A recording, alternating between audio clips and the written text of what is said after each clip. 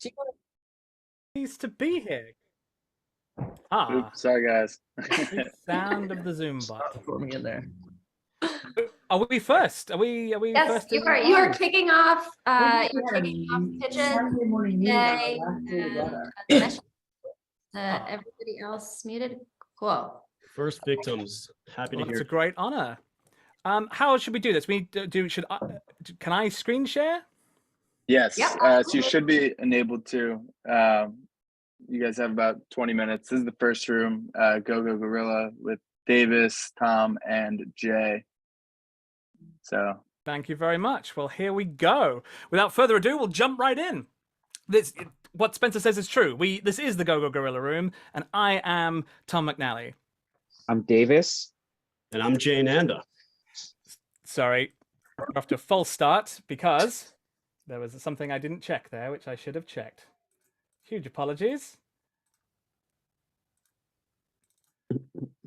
Now, this is the GoGo Gorilla Room. I am Tom. We are who we say we are. And this is the story of an unusual PI who struggles to make a living on the streets of San Diego while also being 400 pounds of simian muscle who sleeps in his car. So noir stories have stood the test of time. There is a timelessness to the genre that can be used to tell a wide range of stories. So far, we've got stories about the anxieties of the urban zeitgeist, stories about alienation and authority, and stories where Jeff Bridges plays a pothead who loves bowling. So I ask you, what could be done to take this genre to the next level and bring it to a place where it's never been before? The answer would be in the title, one gorilla. A gorilla protagonist, specifically one that wears a cool hat. Now, here's question number 2. What does a gorilla private eye bring to the table? Well, number 1, gorillas are funny. I mean, look at them. They're pretty silly and wacky looking. But once you get past that, there's something about a gorilla wearing a trench coat while simultaneously solving mysteries that immediately communicates visually that they are a fish out of water. A gorilla in an urban setting does not belong, something that overlaps with a surprising amount of themes in the noir genre. And I was drawn to GoGo Gorilla personally because I could kind of relate to the feeling of never having 2 feet firmly planted in one world. You know, as a native Hawaiian, Chinese, Filipino person, growing up, I was always tiptoeing in these multiple worlds. And so helping create GoGo with this room allowed me to kind of explore these themes of acceptance and displacement, which are universal, right? And his story kind of helps brings those themes to life. As for the man himself, GoGo is the plus in the Adamverse pitch of Our World Plus. He's the only fantastical element. He's the only gorilla who's been integrated into human society, only surviving gorilla. You can think of him like the Thing from Fantastic Four. He's a gentleman of monstrous proportions, of great strength and agility, but you kind of don't need strength and agility every day of your life. Most of your days are spent being sort of the wrong shape for the physical world and the wrong shape for society. Unlike the Thing, GoGo is a born gorilla. He was literally born on the streets to an escaped gorilla, his mother, and he had to intuit human behavior by himself, great skills for a future detective, and his mother had to burgle to support them and to keep him alive. Like 500,000 Americans, GoGo communicates in American Sign Language. His larynx can't quite form words, which is one more barrier between him and the world. And when he and his mother were discovered by the authorities, this kicked off a grand years-long campaign by his human guardians and activists to have them recognized as citizens, to have them recognized as persons in their own right. And nothing gives you an education in civics and law and the limits of human tolerance and something like that. A strange side effect of that whole campaign was that GoGo became something of a media darling. He was very young, he was adorable, he was precocious, he had his 15 minutes of fame. And landfills to this day are still filled with GoGo Gorilla merchandise, which it all quickly faded. It sort of helped the cause, it sort of hindered it, but in the end, GoGo and his mother were free. They were citizens, with some caveats, and GoGo did what he imagined all human males did when they became adults. Having been raised by VHS tapes of classic films, he became a private detective. And times have been a bit hard for GoGo. Clients tend to prefer his more monstrous side to his keen intellect and his well-established network. So when we meet him, he is living and working in his 1995 Volkswagen Cabrio. And when somebody comes to him with an offer he can't refuse, when they dangle that break in front of him, well, of course, he's going to get sucked down into the mire and corruption and murk of the city. And that city is San Diego, which is the world that we set GoGo Gorilla in, largely in part because it's home to the most visited zoo in the United States, the San Diego Zoo, where GoGo's mother comes from. And we actually modeled GoGo's appearance on real-life gorilla Ikuba. Now, while thousands of people visit the zoo, Legoland, and Comic-Con and SeaWorld every year, GoGo we have him operating on the fringes where the tourists don't go. And sort of behind this facade of this sanitized city of San Diego is where you'll find him. And also in his world, we have some key human characters. One, Sam Byrne, he's a former zookeeper who raised GoGo. And kind of like, although they kind of butt heads at times, Sam is the one who gives GoGo sort of perspective and a place of refuge. Secondly, we have this Maria Takahashi, an investigative reporter at sort of a BuzzFeed Vice type media outlet. She's a second generation Mexican Japanese woman who can communicate with GoGo because her father was deaf, so she knows ASL. And she's a San Diego native, which means she knows the city's power players, and her journey in the story as a reporter will develop independently from GoGo's, despite them working together on cases and times. And last but not least is our big bad 23-year-old intern, Whitney Chavez, who works for a real estate development company. And she's like super ambitious and will do whatever it takes to climb the ladder. So how do we want audiences to experience all of these characters and their world? So we think that this would work very well in live action. This would allow the line between GoGo himself and reality to be visually obvious. The genre itself is noir, so think about True Detective with a pinch of Detective Pikachu. It's played mostly straight, and the fantastical elements are handled with weight and consequences. Everyone in the world is used to the idea that a gorilla can just drive a car and have a job. It's just normal. Audiences now are currently looking for fresh stories that take something familiar and put a unique spin on it. They don't want to be preached to. They want just to be entertained by well-crafted stories that are not afraid to take their time to be told and don't have jokes just for the sake of having jokes. The stories we tell with GoGo would be better suited for a long form. This way we can fully flesh out his character while simultaneously creating a diverse selection of cases for him to solve. But we don't also want to count out film as well, as recent noir and mystery films such as The Batman and Glass Onion, like the Knives Out series, have proven that people will go out and support the genre if the right IP is there. And the Creator Room has you covered on this. We've made loads of assets already. We've got a script for a pilot, a short film to introduce GoGo to the world. We have character sheets for GoGo, of course, but also the secondary characters. They're nicely developed. We have character art that you've been enjoying so far, and some test audio that you'll hear in just a second. We've also got a story Bible full of production notes, all the backstory, all the future adventures, all the crossovers, and details that don't quite fit into all the other things we've made.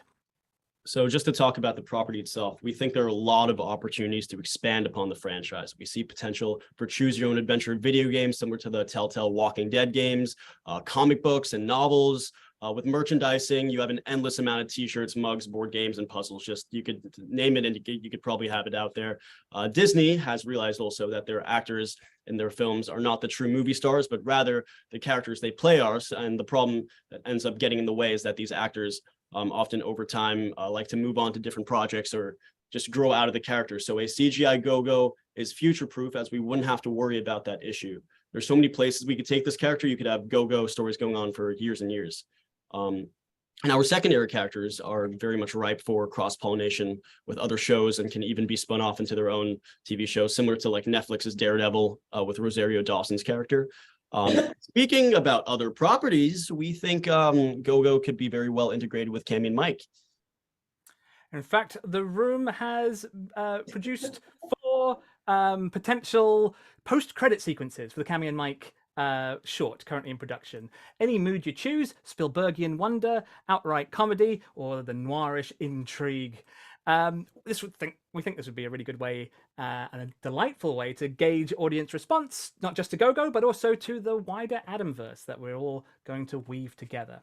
Speaking of our weavers, I want to give a big shout out to our CR2 room. Lovely people. Been fantastic working with them over these past months. And want to leave the final word to GoGo himself. Any day of the week you can go to San Diego and see the beast they've trapped. A mockery of a man made in a cheap factory overseas. The beast ain't just for show. He provides a valuable service. When you look at him, you feel free, even though you're in the same trap. And every day the air's getting hotter, and the going's getting harder, but so long as the guys upstairs make sure you see the beast every now and then, you get the memo that you ain't him. The beast is on the clock, and there's business to be done. And my business is other people's. Thank you very much. I'd love to hear all of your questions. Fantastic. Wow. Thank you very much. That was really, really, I mean, just the level of specificity that you went, just in the and the amount of effort that went into the presentation was really impressive. I'm blown away. I mean, like this is the exact thing that I think we were all hoping to see. Fully realized characters, totally and completely original, yet identifiable. And you can see how you can birth so many different stories from so many different genres without even getting too far into the specifics. I think it's a home run. I mean, I would have some creative notes that I would give to encourage you as you continue to think about it. That would be more tonal. And I think you would find as you were going along that you're going to run into issues, I think, potentially run into issues where if you take it too seriously, like it's going to be hard for the audience to take it too seriously. Like you have to bridge that gap for them. And then I think you can get there. But depending on what the tone is, if it really is as dark and gritty and realistic as you're saying, you have to be really deft with how you're introducing that character into the world, because otherwise, you know, I laughed right when I first heard GoGo Gorilla and I saw him in the trench coat and the hat. I laughed, and that's great. Like I think that the response was honest, and I looked at everybody else, and everybody else laughed too. And there's a reason why they laughed, because it's funny. And it might be more interesting to lean into that in the beginning before you start peeling back the onion of, oh, wait, there are more gritty, darker stories to tell. Because I think your audience's immediate reaction is going to be, oh, that's fun and really funny. I can't wait to see how funny that is, as opposed to, I can't wait to see how dark and melancholy it is. Doesn't mean you can't get there, but I think like right in the beginning, lean into what the first reaction is. And the first reaction is, oh, that's really fun. Does that make sense? Yeah, absolutely. Yeah. 100% with you on that. It will, whenever he's on screen, I mean, a big inspiration for this came from Davis of Brick, of how they're all children, they're all high schoolers going through these kind of detective mores, and yeah, it looks silly at first, then you kind of get into it, and then you get reminded, oh wait, this is all just kids. Yeah. It's interesting you say that, because at the very beginning, when we initially were coming up with the concept, we thought that like maybe this would be sort of like more so like a BoJack Horseman-y type of character that's kind of more played for like comedic value. But then as we brought in more writers, as we all started having conversations internally, we just kind of realized that like this is a area that has not really been explored like at all. Like you don't really see noir long form stories in like this kind of fantastical or genre-ish way, you know?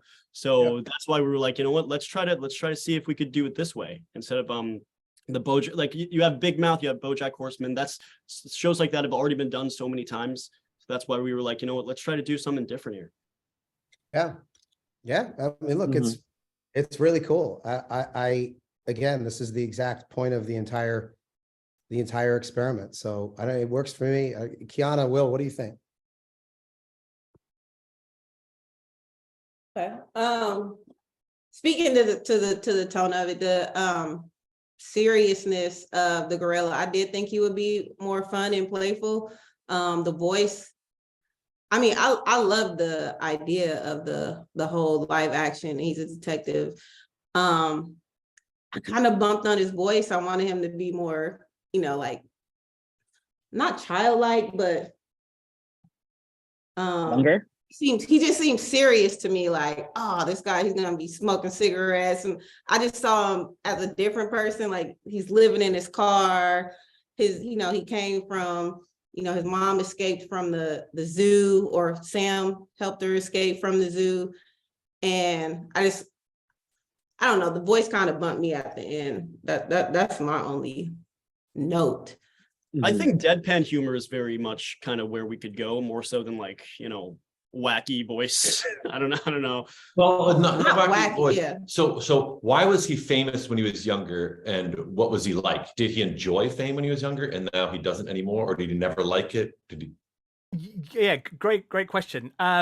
It's not completely fleshed out, but the idea that he would have been on talk shows, he would have been a cute little gorilla, a funny little guy, and for whatever reason they kind of fell out with everybody in that world, and he's kind of landed here, and he's There's a little bit of Ted in there, but Ted was always the comedic, throughout the whole. we did. Ted did come It's up. like a child star that ages out of child star kind of stardom, right? Like Anthony Michael Hall right now. Yeah, exactly. So, he uses ALS to communicate, or ASL. What is it? ASL, ALS, the ASL. Yeah, American Sign Language. But he has an inner monologue. Is that where his voice is? Yes, that's what we heard there. Okay, so he'll never speak to someone, but we'll hear his voice inside him. So there'll be a narration. So I like that that we can hear him, so that we can relate to him, whatever, so that he has a voice. I think that's helpful to me. So I like the whole presentation. I thought you guys did a great job. So I just want you guys to like pat yourselves in the back. This is a great character, great world, fun story, and everything. To Kiana's point, when you got to the voice, it's not just the voice. It's also, it almost was too cliche of a detective. Like, I realize that you're playing with that genre, like where it's a lot of fun, well, like moody words, like the man, blah, blah, blah, and this and that. That's great. But I heard that before so many times. Like, I wish that there was something different to him that makes him more specific, because that was something that could have been, Humphrey Bogart in, Maltese Falcon or whatever. Like, that could be Sam Spade or whomever. So whatever we could do to find, like, he might use different metaphors because of his simian abilities over. It's like, find ways to play with the character so it isn't just Sam Spade as a gorilla. And to what extent he's like playing with himself, the way, like, is this like a coping is his whole kind of weird dream of being a private detective, is that like, is he trying to emulate one of them, or is he really, this is who he feels like he is? The idea we've sort of arrived at is that, yes, this is him. He like idolizes this sort of set, so everybody else isn't in Sam Spade world.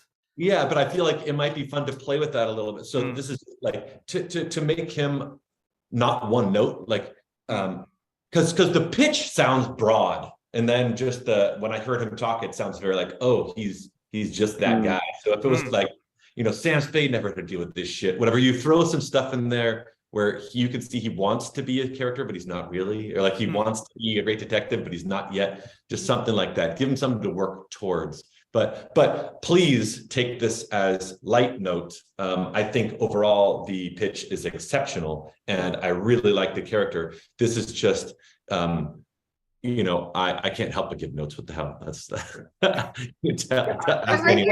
I think that's a part. Yeah, I think that's a part of what the process is hopefully, like, we can give you some feedback, and then you guys can continue to talk about it. And if ultimately you're like, oh, that was interesting feedback, let's explore it, or that was interesting feedback, we don't care, that's also fine. Like ultimately it should be up to you, and then it should be up to the community at large when the time comes to say, as a community, oh, okay, we really like this, let's push them to the next level.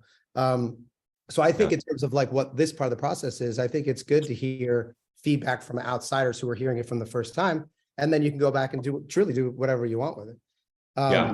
I agree that there's something that's missing in the backstory that I think could just be fun. This is the bad pitch that I'm just coming up with in the moment. But like, if the idea was that he was raised, in this zoo, and to keep the gorillas pacified, they would just be constantly playing movies from the 50s, like old noir movies over and over and over again. And the monkeys would just kind of have it on in the background and not pay attention to it. But for some reason, this one gorilla from a baby on up would just stare at it like perplexed and then interested and focused. And then the people at the zoo started doing like testing him, like, does the gorilla really understand? It seems like he's starting to understand what's happening. But the only information that he was being fed were these movies. And then that's what he wanted to like, because I feel like as humans, that's a huge part of who we want to be when we grow up. And whenever you ask somebody, we actually started when we asked everybody their favorite character. Almost everybody said their favorite character was somebody from when they were like 10 years old. And I think so much of even who we are as adults is predicated on who we were as children and what our influences were. And if all of a sudden, you had this like relationship with your dad, and all he did was play the Beatles over and over and over and over again, and then your dad died tragically, you're going to have an emotional response to the Beatles for the rest of your life. It might even drive you to become a musician. If you do, they are going to be a massive influence. For example, there's an emotional connection that you take all the way through. And if there's something like that with GoGo Gorilla, where he has a relationship with his mother and they both enjoy these movies together, I think a lot of people can identify with that as well. Oh, yeah, we had a story in there of Sam. That's all his apartment is, like floor to ceiling of VHS tapes of classic films. Yeah. But yeah, people show it informed his entire life, and then who knows where it goes from there. I would say definitely you should lean into the comedy at first, but one thing that like I've always tried to do with Sunny less so, but Mythic Quest quite a bit, is playing with genre. The way in is the comedy, because that's what people expect, and then you subvert it over and over and over again, and that's what keeps people coming back.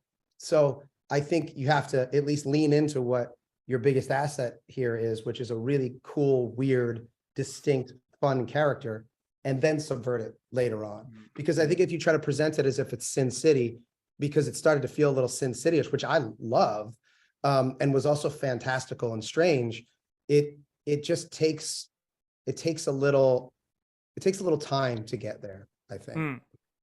Hey, side note, I love the big bad being an unpaid intern.